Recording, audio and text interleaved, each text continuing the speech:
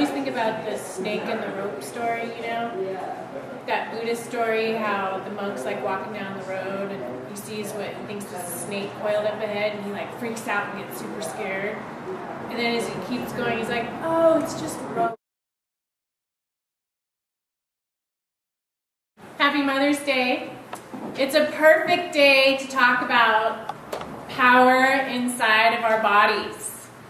Mothers are a perfect example of the crazy, latent power of creation that exists inside of our flesh.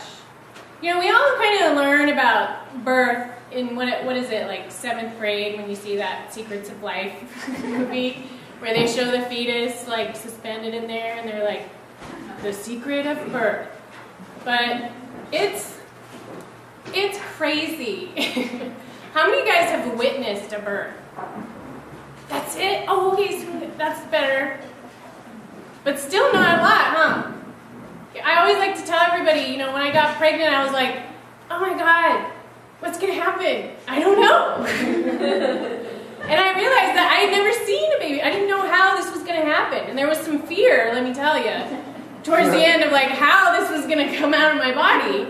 Because you're not really like taught about that anywhere, and it's very awkward and sort of taboo, and you just kind of know from soap operas or dramas that it looks very painful. But in fact, your body makes another person inside of there. Right? That's what really happens. And for me, I never felt more animal when I was pregnant and then breastfeeding. My body then, after performing this feat of getting a human being out of there, was able to nourish and feed this human being with food that it made from my flesh, from my body.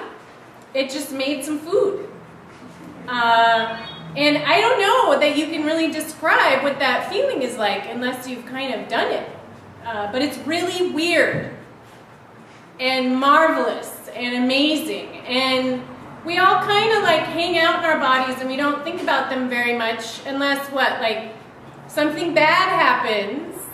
That's when we'll usually like kind of be like, oh yeah, my body. I'm in this thing that has to like do stuff so it can go. Or, you know, when we're like eating, we'll think about it sometimes because we have to think like, what can I do to get more stuff in there? Right? Or, you know, like having sex, we'll think about it because it's good or bad, as the case may be. Hopefully more good than bad. But those tend to be like the times when we take our bodies into consideration. And a lot of the esoteric disciplines try to investigate, you know, what are these suits that we're walking around in really capable of doing? Kind of what is all the stuff that's hidden in there? Because if you guys have ever done something with your body that was completely crazy, you know what I'm talking about. Have any of you guys had anything physically happen to you that was completely nuts? Yeah, so not that many people. Like what? You know what I'm talking about. If you had something crazy that doesn't usually occur, take your complete body over and then like happen to you. You know what I'm talking about, right? Like birth. Or maybe you died. Or maybe you got electrically shocked. Anybody get electrocuted? Yeah, probably a lot. You know? Yeah, so that feeling of electrocution is a good example, right? Suddenly, there's something happening that isn't usually happening and it releases some things that may be going on in there, right? So a big focus of the lecture today is how do we get power and even energy from our flesh that can be contained in this kind of potentiality. How can we get access to it? How can we express it? What is hidden, unraveled in this business in here? You know? Do you guys know, like, what even like in a cell of your body? Are you guys, most of you, familiar with like cells? Right? You got like the nucleus, and you got like all this goo around it. And then you kind of got like the cell wall, right? But do you guys know what's contained in there? Like in your DNA? So much information going into prehistory. Just like coiled up inside of every single cell inside of your body, right? Potentially, latently, just in yourself all the time, right? And I like to think about releasing potential in a couple ways. I mean, orgasm is like the easiest way for most people to think about, right? That's not something that happens to you all the time, I hope, right? It's something that is not your normal state, but it's hanging out in there as a possibility. You could possibly have that happen to you, right? And a huge amount of energy is released as a result. But usually, it's just kind of contained in there, not really doing anything. Unless it gets this catalyst to kind of light the fuse, and then the bomb goes off, right? So it's like a secret bomb that hangs out in there waiting to get the fuse lit, right? Another good example to me of that kind of potential energy that gets released is disease, right? How about like a rash? You don't usually have a rash all over your skin, I hope, right? But if there's some kind of heat that forms within your body through an imbalance, that's going to light the fuse and the rash bomb is going to go off, right? All of a sudden now, you got all this rash energy just took over. Potential energy that just got expressed, right? A sneeze, another good example, right? You guys know how fast your sneeze is? This is ridiculous. 100 miles an hour. 100 miles an hour is the average force of a sneeze. You guys can't even run that fast. Your sneeze can run faster than you can, right? So your body contains the potential energy to project something out of it at 100 miles an hour. That's like a gun practically, right? It's like your sneeze could be like a gun, like a projectile, right? And sometimes it is if you hit someone with it, right? But that's an action that your muscles can do. And have you guys ever like felt a sneeze and tried to stop it? Yeah, sometimes you can, but sometimes your whole business just is like completely overtaken and there's no stopping it. It's just gonna go. There's nothing you can do to stop that 100-mile-an-hour missile from coming out of your body, right? It just overtakes you completely. So those kinds of potential energies are, not so crazy. They're kind of things we're familiar with. They happen all the time. But in a lot of the esoteric and occult literature, they take it to places that go a little more intense like that. Like, what if your sneeze that just kind of happens automatically, what if you could develop that, right? What if you could develop your sneezing and project things at 1,000 miles an hour? What if you could do sneeze Olympics? And work on releasing an even greater potential ability that's contained in your flesh. I'm kind of one of those Guinness Book of World Records junkies. You guys ever check that out? Because people can do amazing things. Most of us don't really know because we don't know a lot of these people. But even just like amazing athletes, or crazy yoga guys, your physical body is capable of a lot of crazy stuff. Or even like a circus act. You guys see Cirque du Soleil? That's nuts. The things that they can perform, the physical feats that they can perform with their body. So the limitations that we form in our mind of what our bodies that we're sitting in can do is probably one of the biggest hampering factors, I think, that keeps our brains limited as well. Because we don't even know what the limitations of our flesh are, really. I mean, there's always these sensationalistic groups that try to explore the limitations of the flesh. A lot of them are in San Francisco, You guys know what I'm talking about. or at Burning Man and things like that. And they kind of do it in, you know, in methods that are trying to like push the limits in terms of like fakirs or things like that. What exactly are we capable of doing? So there's a lot of investigation into it, but honestly, I don't think they are even like pushing it as far as it'll go, because they're just looking at it in terms of like a body.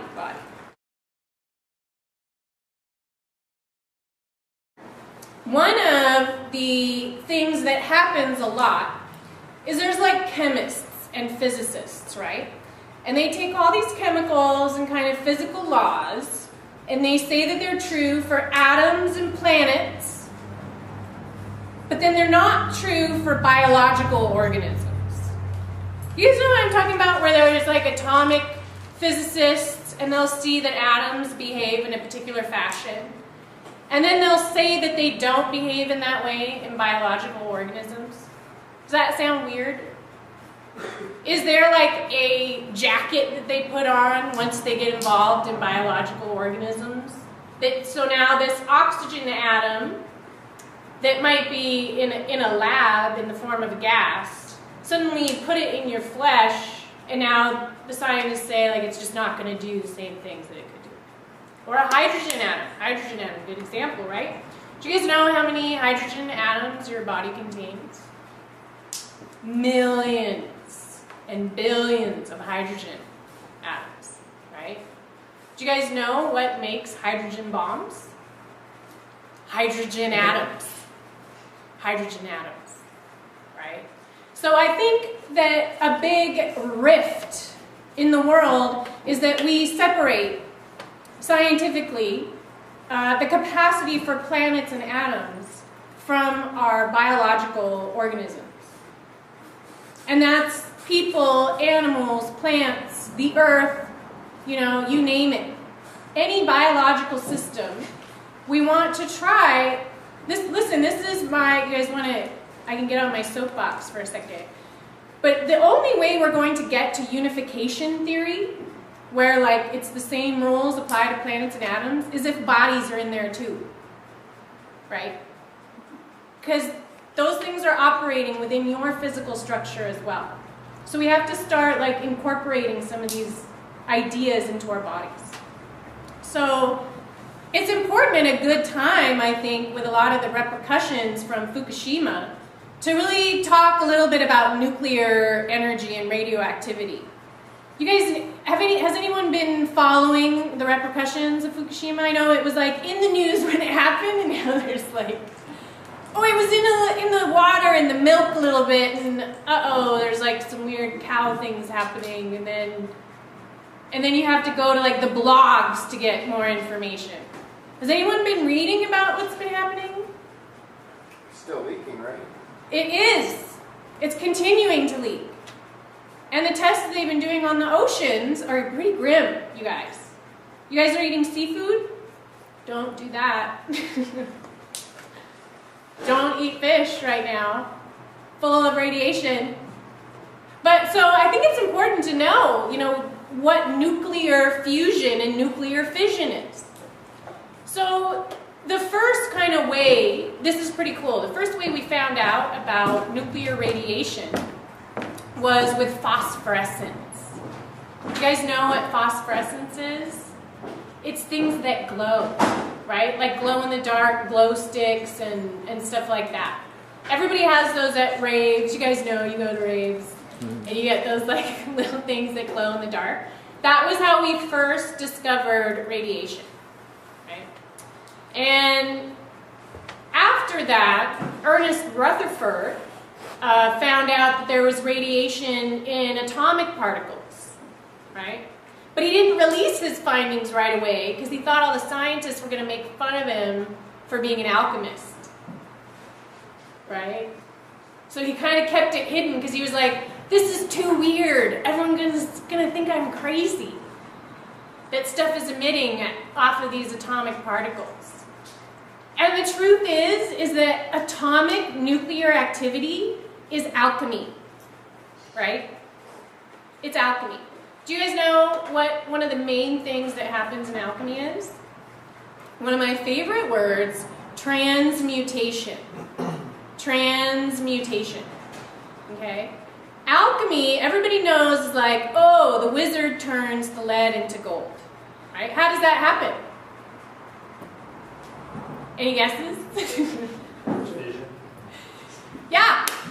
Nuclear atomic transmutation. Okay, so if you have hydrogen, we'll take hydrogen and helium, okay? Those two guys can like go back and forth and change into each other. And what you do is you have to change the number of protons or neutrons in the nucleus of the atom by either taking them away or putting them in there. This is all, it's very simple, right? It's just addition, subtraction. Do you guys know what's the difference between lead and gold? One has more atomic particles, protons and neutrons. The other one has less atomic particles, protons and neutrons. So you put more into one and oh, there you got gold. You guys know you can make lead into gold in a particle accelerator? You just smush it together with other atoms and mush a bunch of protons into it and then you get gold. It's not super stable because they're kind of like, oh, I don't know about this. I was lead, so you gotta like stabilize it and stuff. And you guys know what happens when it's not stable? Those protons and neutrons and particles that you smush together to kind of make it be this thing, they're like, I'm gonna leave. And then we get radiation. That's radiation, right? When they take off and are tired of being part of that atom, right? It's really pretty simple. And nuclear fusion is when particles come together and get the smush. And fission is when they split apart and they take off. There is much more radiation when you split them apart. A huge amount of radiation when you take it and break it apart. Almost as much energy as is released when you break up with your boyfriend or girlfriend, right? Think about how much energy is released when you guys come together compared to how much is released when you guys come apart. It's a little similar, right? How many of you guys have felt like tremendous surges of energy after a breakup, right? Fission. It's just fission, right? So, and you guys know what fission is used for mostly? Making bombs. That's what nuclear weapons, like the majority of nuclear weapons, or nukes, as we call them, those are fission-based. And the way that the explosion is generated and the energy is released is they go in there and they break up Brad and Angelina, right? And then the result is this tremendous force of a release of that energy that's stored in the nucleus.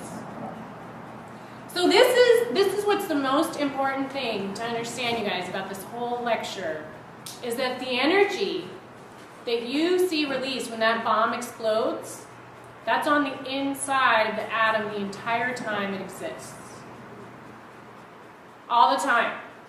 That bomb is sitting in there, hiding, waiting for the fuse to get lit, right? Just like your rash, just like your orgasm, just like, your sneeze. The explosive effect of the hydrogen bomb is contained in the nucleus of the darn thing for its entire existence. Okay, I know I'm saying this over and over, but to me, when you think about, how can that immense amount of energy be stored in something and just kind of hang out and not do anything? And then all of a sudden, nuclear bomb, right? Well, have any of you guys ever, repressed an emotion and then had it come out, all of a sudden? Maybe it was an emotion that got stuck in there when you were 3 years old from your dad, and then it hung out for 50 years. And then nuclear bomb, right? That's a good way that I kind of like to see, how we do that kind of thing inside of our body. Another good way that I like to describe it is with snakes. So we're going to talk a little bit about Kundalini too, but in a minute, that release of potential energy in occult and esoteric sciences is usually described with snakes. Any of you guys had a pet snake? No? No snake guys, huh? Ooh, there's one in the back. Okay, maybe I'm the only creepy snake person here, but when I was younger, I worked in this pet store, and in the basement, they had a 20-foot Burmese python. The owner would charge people $1 to go in and take a look at the snake. The body of the snake was like this big around. For the first 3 months that I worked at the pet store, that snake didn't move, ever. It never moved. We saw its tongue would come out sometimes. Like if you went up to the cage, sometimes you would get a little tongue slither. But the majority of time, not even his tail would budge, right? Then we had to feed the snake. So this is kind of sad, don't get upset. But they got a rabbit, which was this huge rabbit. It was that big. And we had to put the rabbit in the room and then open the snake's door. And then everyone closed the door and looked through the window to see what was going to happen. And the rabbit hops, and that snake that didn't move for 3 months, in a second, the rabbit was done. It was the fastest thing I have ever seen. It was horrifying. That this huge lump of brown, kind of gushy flesh that had not moved a single inch, just whoosh, that was it, in a second. So fast, I couldn't even believe it. Right? So when you hear all these stories of Kundalini being that serpent kind of energy that's potentially stored but not moving, that's what they're talking about. It's that sit and not move for months and then consume an entire rabbit in 1 second. Can you guys imagine if you tried to not move for 2 months and not eat? I don't even think it drank much water. Maybe a tiny bit. And then it would have a rabbit. And then it would be good for another 3 months. And that was it. Right? Can you guys imagine you doing that? That's that kind of meditation that I think most of us can't really understand. Anything. And then all of a sudden, nuclear bomb, right? Well, have any of you guys ever repressed an emotion and then had it come out all of a sudden? Maybe it was an emotion that got stuck in there when you were 3 years old from your dad, and then it hung out for 50 years. And then nuclear bomb. Right? That's a good way that I kind of like to see, how we do that kind of thing inside of our body. Another good way that I like to describe it is with snakes. So we're going to talk a little bit about Kundalini too, but in a minute, that release of potential energy in occult and esoteric sciences is usually described with snakes. Any of you guys had a pet snake? No? No snake guys, huh? Ooh, there's one in the back. Okay, maybe I'm the only creepy snake person here, but when I was younger, I worked in this pet store, and in the basement, they had a 20-foot Burmese python. The owner would charge people $1 to go in and take a look at the snake. The body of the snake was this big around. For the first 3 months that I worked at the pet store, that snake didn't move, ever. It never moved. We saw its tongue would come out sometimes. If you went up to the cage, sometimes you would get a little tongue slither. But the majority of time, not even his tail would budge, right? Then we had to feed the snake. So this is kind of sad, don't get upset. But they got a rabbit, which was this huge rabbit. It was that big. And we had to put the rabbit in the room and then open the snake's door. And then everyone closed the door and looked through the window to see what was going to happen. And the rabbit hops, and that snake that didn't move for 3 months, in a second, like the rabbit was done. Like it was the fastest thing I have ever seen. It was horrifying. That this huge like lump of brown, like kind of gushy flesh that had not moved a single inch, just whoosh, that was it, like in a second. So fast, I couldn't even believe it, right? So when you hear all these stories of like Kundalini being that serpent kind of energy that's potentially stored but not moving, that's what they're talking about. It's that like sit and not move for like months and then consume an entire rabbit in like 1 second.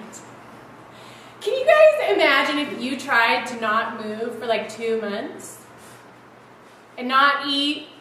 I don't even think it drank much water. Like maybe a tiny bit.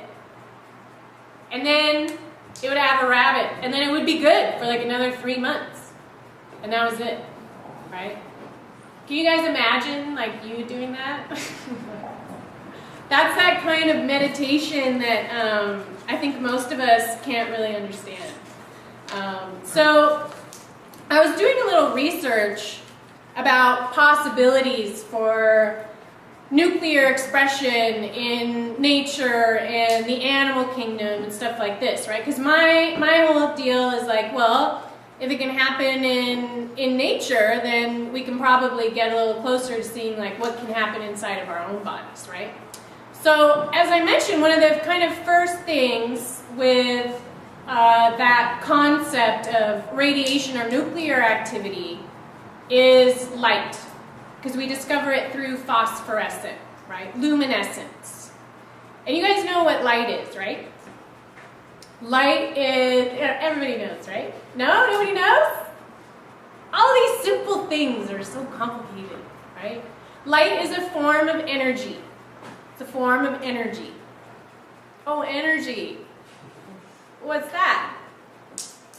Now that's getting tricky, right? We're going to talk a little bit about that. But first, just accept light as energy, right? Energy gets expressed in a few ways. You can have it come off as light. You can have it come off as heat, right? It can come out in different ways, right? So light is one of those. So did you guys ever see those rainbow jellyfish? They make rainbows in their body. The cuttlefish are another just totally crazy ones. But there was those jellyfish that have rainbow lights that go around the outside. They had them at the Monterey Aquarium for a long time. I think they had them at the Long Beach one for a little while. Did you guys see these things? They're these clear, transparent jellyfish that have moving rainbows that go around the outside of their body. That's self-produced within their flesh. Right? To me, those are like the supreme ultimo, like unicorns of the world that can just make rainbows come out of the flesh of their body. You know? We all kind of get familiar with bioluminescence when we're kids with like fireflies. Did any of you guys see fireflies when you're little? I know a lot of them are like in the Midwest or like out east. They're so beautiful. They make light inside their body. Do you guys know how they do that? That's like, I'm always like, what? How? Wait a minute. What? It's a chemical reaction usually. Bioluminescence is a chemical reaction that occurs when two chemicals get into contact with each other and then they glow. Right? It makes a energy release. And that energy comes out in the form of light, right? So it's just chemicals coming. There's not even any fancy, like, you have to heat it up in a lab or put it in some hermetic vessel. No, it's just like a girl meets a boy and then light, right? It's just like that. Certain chemicals that come together and the energy that they make gets released as light. Do you guys know? We've talked about this in my like spontaneous combustion lecture, and I always like to remind people that that you could die by turning into a rainbow. It's true. It's in the Tibetan literature. It's called the John Doe body. Remember that. You don't have to go out by cancer. You can go rainbow. So we emit a certain amount of light. You guys do. All you guys do. They did a study in Japan, and this is very fascinating to me, trying to trace the amount of photons released from people. And it's so weird. You guys know that biophoton, this is what it's called, biophoton studies, do you know where they're studying it?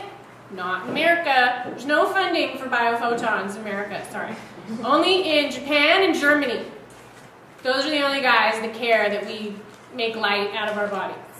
Okay? It's the only place you can get paid to find out how light comes out of you.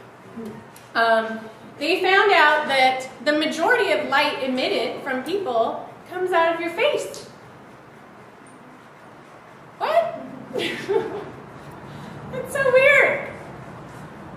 And what do you say, like, when you see someone who you like or you love, your face lights up, right? That's actually what they say. And they did, if you Google, like, biophoton human face light, it'll come up, the article I was reading, and they show these, like, ultra-red pictures of the people, and everything's, like, blue and kind of whatever. And then they would show them, like, their friends and stuff, and it was all, like, white around their face, and then, like, red and orange, and it would kind of, like, cool down everywhere else. But the majority of light gets emitted from your face. And esoterically, that's crazy, because one of the things that I mentioned in my research in my book, there's this part about Moses. You guys know when Moses goes to get the Torah? You know, when Moses goes to get the Torah, he gets to go to heaven without dying. He doesn't have to die, but he gets to go up to heaven. He doesn't get to see God, because you can't do that. That's off limits. But he goes up, and the angels confer the Torah upon him. And you guys know what they say happened when he got the Torah? His face lit up. His face turned to light. Weird. Huh? And you guys know how they describe angels when you see them? Does anybody watch that Supernatural show? I know it's really dorky, sorry, but I like it. They have angels on there, and when the angel shows his true face, you can't look because it's light. It's all light. The angel face is light. And that's all it is, right? So, how weird that we're putting off light in our faces, which is a form of radioactivity. And energy, potential energy that's stored inside the atoms that our cells are made of, that comes out. And I just had to talk about this little guy too as I was reading the bioluminescent article. Do you guys know there's a squid called the bobtail squid, which is cute anyway. And there are these really cute little squids. You guys know how a lot of octopuses will release ink to like make a diversion and then they scoot away? Okay, so the bobtail squid, do you know what they do? They release a chunk of light. And that's how they make their getaway. They have a bioluminescent chemical reaction that is like their getaway scheme. They just like poop out this big light package. And then they take off. I just thought that was a good story. I wanted to put in there. Then, so the other crazy light activity that happens in your body happens in every single cell. So, to get back to energy, which I think is a really important thing because you guys know, like when I say power in the flesh and nuclear and potential energy and energy at all, the way that we go, the way that you can get up and work is because you are releasing and producing energy, right? We are like these walking furnaces that are just cruising around, letting off heat and light. Do you guys know, a lot of us think that happens because we eat food. Okay, how does eating food get turned into energy? How does breathing air and oxygen get turned into energy? You guys know this? It's a little biochemistry. You guys ready? ATP! Nerds, nerds. There is one molecule that does it. There's only one molecule in all living organisms that makes energy for us to live, to go. It's called adenosine triphosphate, or ATP. And that is converted in every single cell you have. Every single one gets that energy, but it's not in your cell, really. It's in these weird little aliens that are inside your cell called mitochondria. Some guys have heard of mitochondria, maybe. How many of you guys know about mitochondria? Okay, so good, like a few. A lot of people hear about it because of that mitochondrial DNA they've used to like track genes back to Lucy, you know. Mitochondria, these little aliens, they weren't always part of our cells. According to the theory, they're kind of like these invaders that came in to organisms a long time ago. And the plant equivalent are the chloroplasts.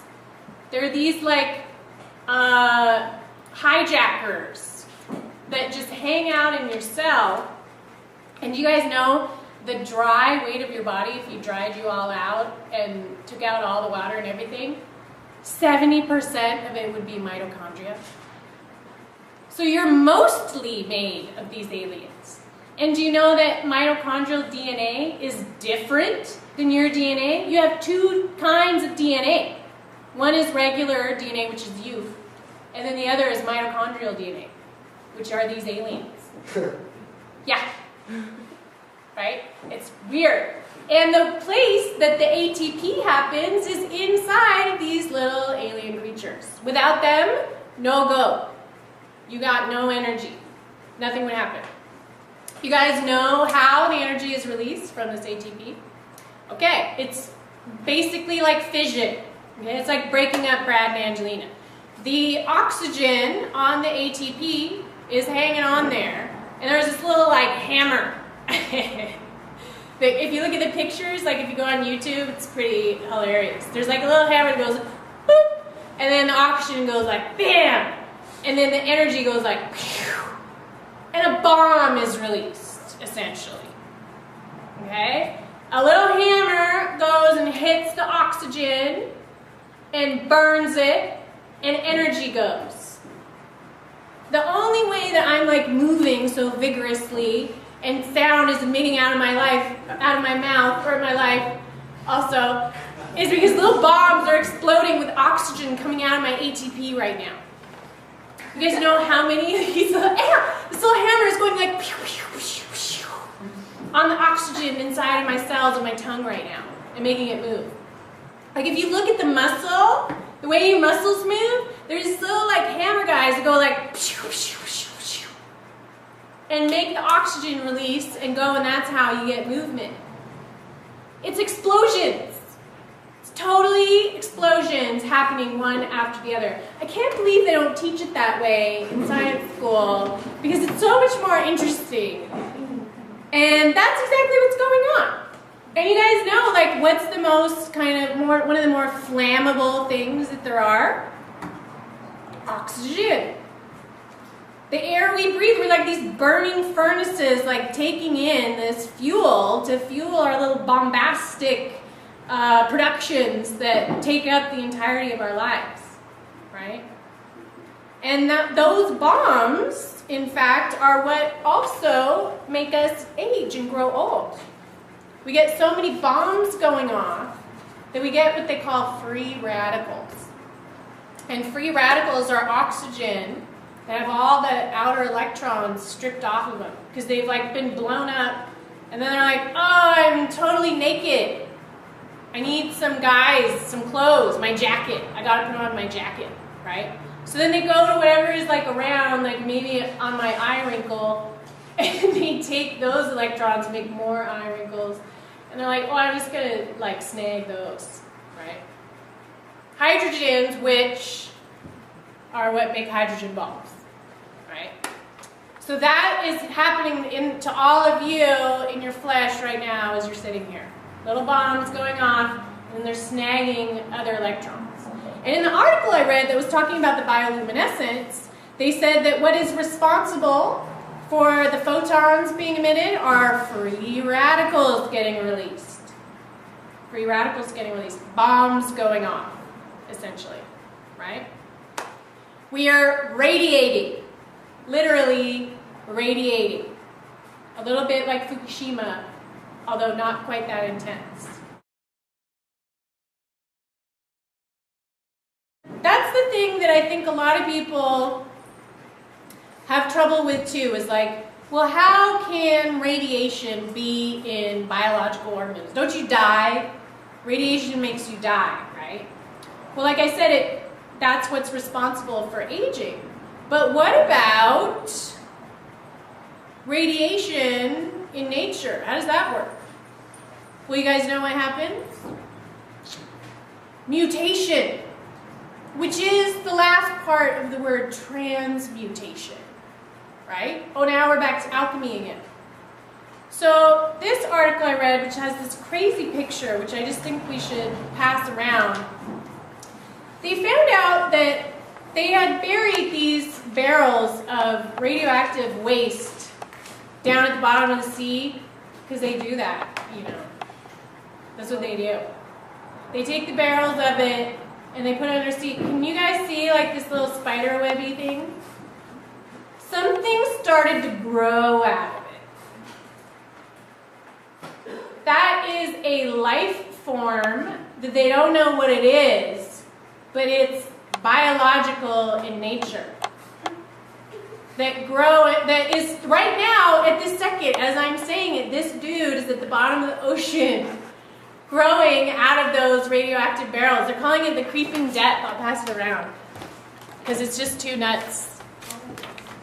And there's actually quite a few organisms that grow out of radioactive waste sites. A lot of them are fungus or bacteria.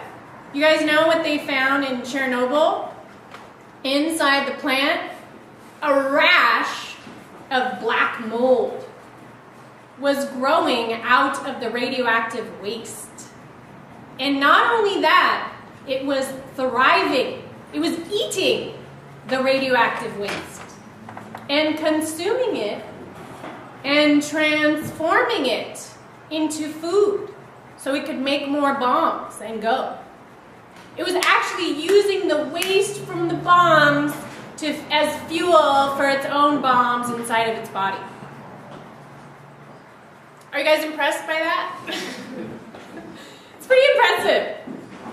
So not only was there this black mold growing there, but then they also found several species of bacteria that can grow out of radioactive waste. And thankfully, there were some smarty pants people that figured out, oh wait, there's stuff that can eat radioactive waste. Maybe we should put it on our radioactive waste so we can eat it and transform it, right? So that's one of the things they're starting to do. And I know those are just bacteria and fungi, but you guys know it can happen in organisms that are bigger than bacteria and fungus. Do you guys know what else is happening in Chernobyl? This is just so crazy and Princess Mononoke. But there are radioactive boars that are taking over Germany. Oh. Yeah, that are coming from the Chernobyl site. And it's becoming such a problem. You guys know how they figured this out? Hunters were killing the boars and they were selling the meat to people to eat. Yay! Karma, karma, karma. And these boars were actually reproducing at rates that were beyond what normal boars would do. And they found that the flesh contained radioactivity at levels which would exceed those where you would think these boars could survive. Mutation. Mutation. Caused by radioactivity. You know what? These boars were not dying of cancer. No cancer in the boars. Instead, big mutant radioactive boars. This is happening right now. So we all kind of think of like radioactivity and nuclear activity as something that can't happen within fleshy things because it causes cancer. But guess what happens when it doesn't cause cancer? Radioactive boars is what happens. Okay? So we need to understand this in our brains. Because it's happening in reality. So we could have Ninja Turtles. Yes! Like real ones. Ninja turtles. This is Simpson fish. Okay? That are not only surviving this radioactivity, but they're consuming it as power for their flesh. And their plans. Have you guys seen Princess Mononoke? That's why it's horrifying, right? When you think about the radioactive boars in terms of Princess Mononoke, suddenly it's like not quite so funny. Yeah. Because that part where he dies and the ooze comes out of it. Aww. Okay, so. Okay. So that mutation is going to go back to transmutation and alchemy that I brought up earlier. So remember, transmutation is only when particles go back and forth on the atom. Lead and gold is only a matter of particles going back and forth, right? You guys know what the sun is? It's a giant nuclear, like radioactive heater, basically. So hydrogen and helium get fused and fizzed. I don't know this weird word. They get fused and fizzed over and over and over. And that's what makes the sun. It's constant transmutation occurring every second between hydrogen and helium. And that is what is releasing the energy and making the sun. That's what makes it go. Alchemy. Alchemy makes it go. Right? Do you guys know you have hydrogen and helium in your body? Yeah. So, guess what happens if transmutation happens in your body? Oh, okay, now we're getting to the Jesus business part of the lecture, right? There's this whole thing called biological transmutation. Have you guys heard of this? Of course not. They don't tell anybody about this. In fact, the fellow that was the predominant factor in studying biological transmutation, his name was Louis Kervran, a very nice gentleman who was nominated for the Nobel Prize, but he had that yanked away from him once the scientists found out what it was he was trying to tell people could happen. What Louis Kervran found out was that chickens could eat stuff that didn't have calcium, and they could still make eggs. Okay. For philosophers, maybe you just kind of like had a heart attack, because that's like, or mathematicians even have problems with this too. Because how can you make calcium when there's no calcium going into your body? Okay, so he thought, all right, well, let's just see how far can we take this. So he bought himself some chickens, and he fed them no calcium at all. It's science, you guys, scientific, okay? No calcium entered the chicken mouth. And yet, the eggs continued to come out. Okay? Okay, so some of the scientists said, oh, Louis, the calcium's just coming from their bones. You don't feed it to them, it gets leached from their bones, and then it's going into the eggs. So, as a typical scientist, he did some dissection, probably after dinner, a nice chicken dinner, and he looked at the bones, which were in fact intact and had calcium levels that were consistent with regular chicken bones. So now here we have this mathematical dilemma. Where is this calcium that the chicken is making the egg with? I mean, this is like the whole which came first, the chicken or the egg thing. Now it becomes suddenly very fascinating because you can't make a bunch of eggs. You guys know why? Do you guys know what eggshells are made out of? Calcium. Calcium. Okay? So how are you having a bunch of eggshells come out of something that has no calcium going into it? Big problem. Wizard stuff starts to happen now. Okay, you know what he figured out? Transmutation is occurring inside the bodies of these chickens to make calcium out of stuff like oxygen, hydrogen, silicon, carbon, that's rearranging atomic particles to make calcium within the body. But wait, that's crazy, right? Okay, most scientists say this is impossible because in order to have nuclear fusion or nuclear fission to happen, do you guys know what has to happen? You need a lot of heat and pressure, right? Kind of like if you're going to try to make a diamond, right?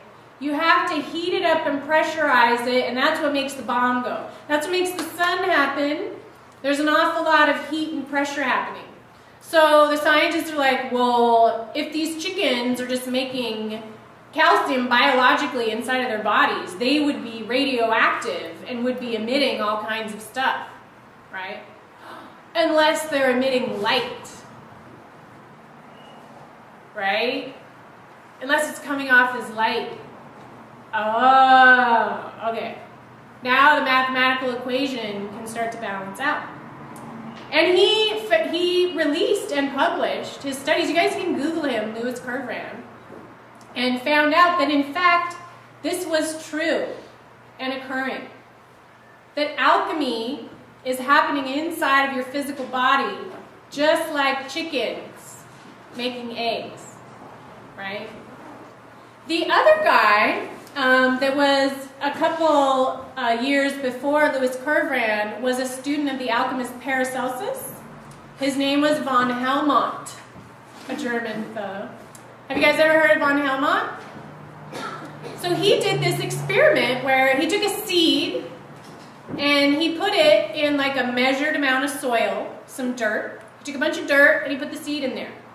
The only thing he added was water, so we got H2O.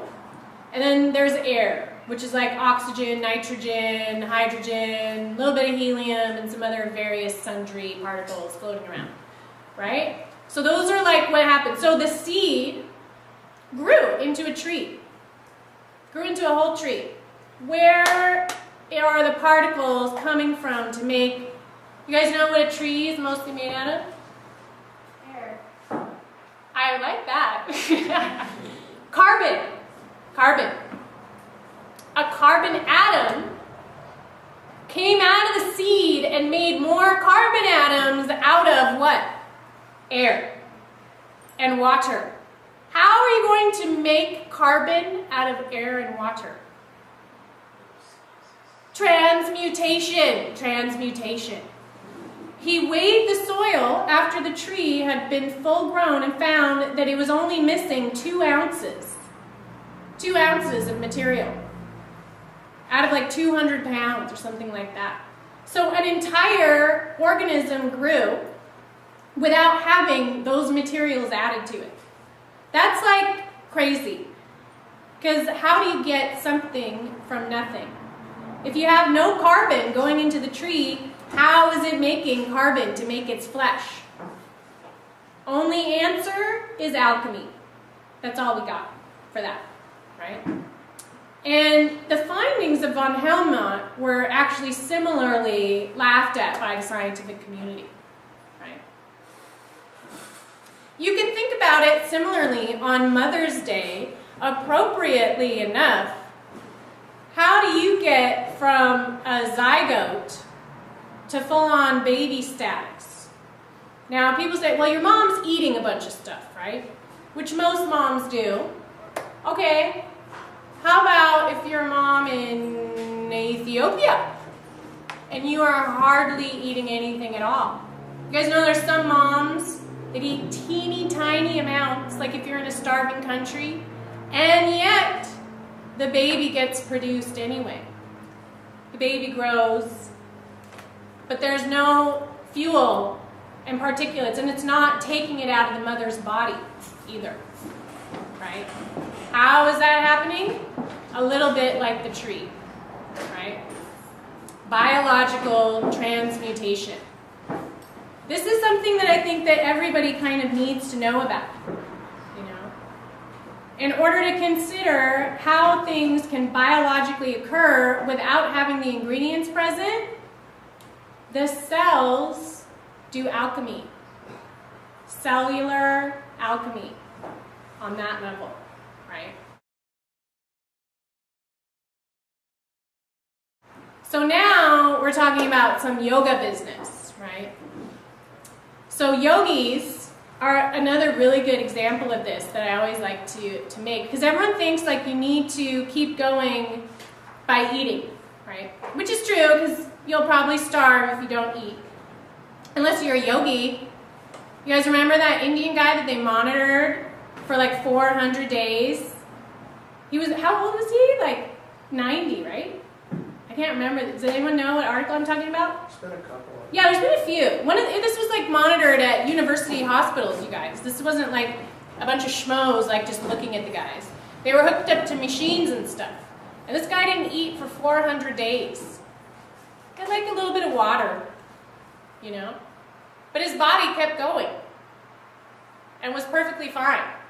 Most people would starve. What's the difference between the yogi and someone that starves? You guys know what the difference is? Release of potential energy. He knows how to make his bombs go off on the inside. All those oxygen bombs that we get when the ATP goes, Mr. Yogi knows how to make them go. That's the difference between him and someone that starves after not eating for like 2 weeks, right? If you don't know how to make your bombs go off, you're not going to go. And yet, if you do know how to make those bombs go off, you cannot eat for like 400 days, right? Because the potential, all those sneezes, he's using them for fuel, to fuel his body, right? Those potential orgasms or rashes, instead of having them come out in this uncontrollable manner, the yogi is employing techniques in order to get them to go, right? There's so much good research on crazy yogi stuff. Do any of you guys read like some of the stuff that yogis can do? It's pretty good.